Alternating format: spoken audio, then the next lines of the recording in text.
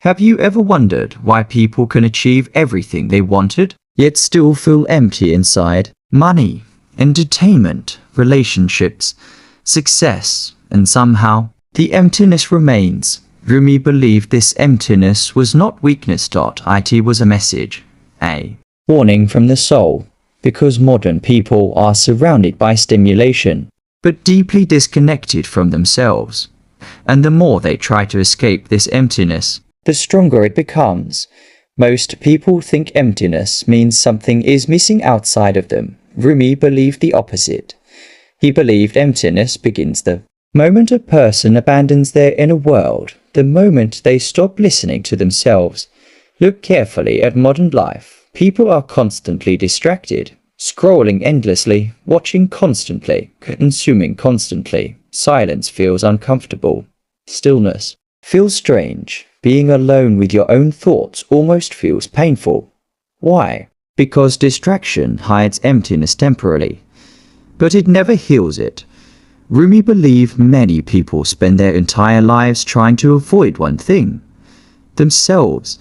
This is why some people cannot sit quietly for even a few minutes. The moment silence arrives, hidden emotions begin to surface: regret, fear, loneliness, unhealed pain, questions they have spent years avoiding. And instead of facing these feelings, people run back toward noise, more entertainment, more validation, more attention. But the soul remains hungry, because the soul does not want distraction.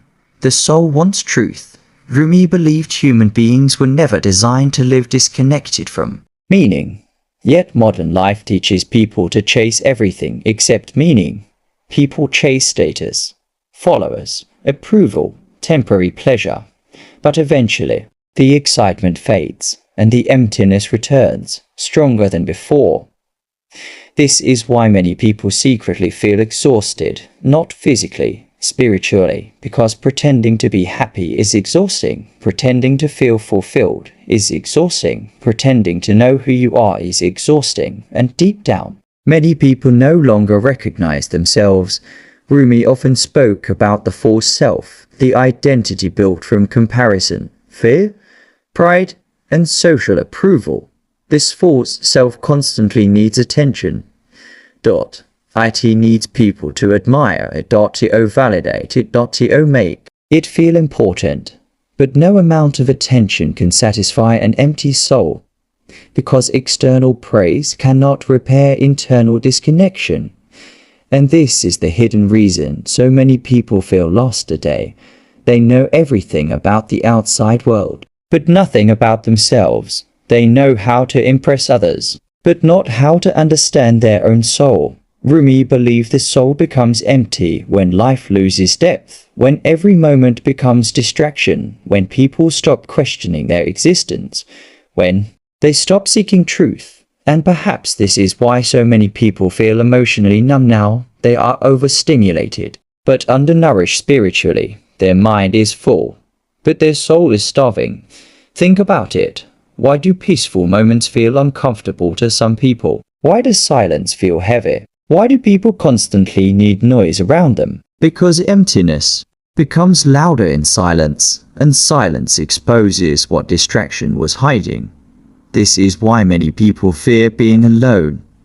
Not because loneliness is painful, but because they finally hear the thoughts they were escaping. Rumi believed healing begins the moment a person stops running from themselves, the moment they stop trying to fill every empty space with distraction, because emptiness itself is not the enemy. Meaninglessness is.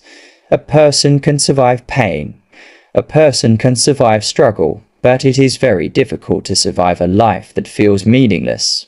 And this is why ancient wisdom placed so much importance on stillness, reflection, solitude, self-awareness. Not because isolation was magical, but because silence reconnects people with their forgotten inner world. At first, this journey feels uncomfortable, because truth is uncomfortable.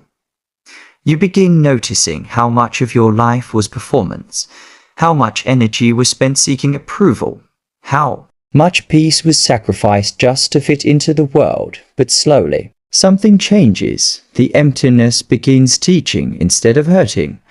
You begin understanding yourself more deeply. You stop needing constant validation.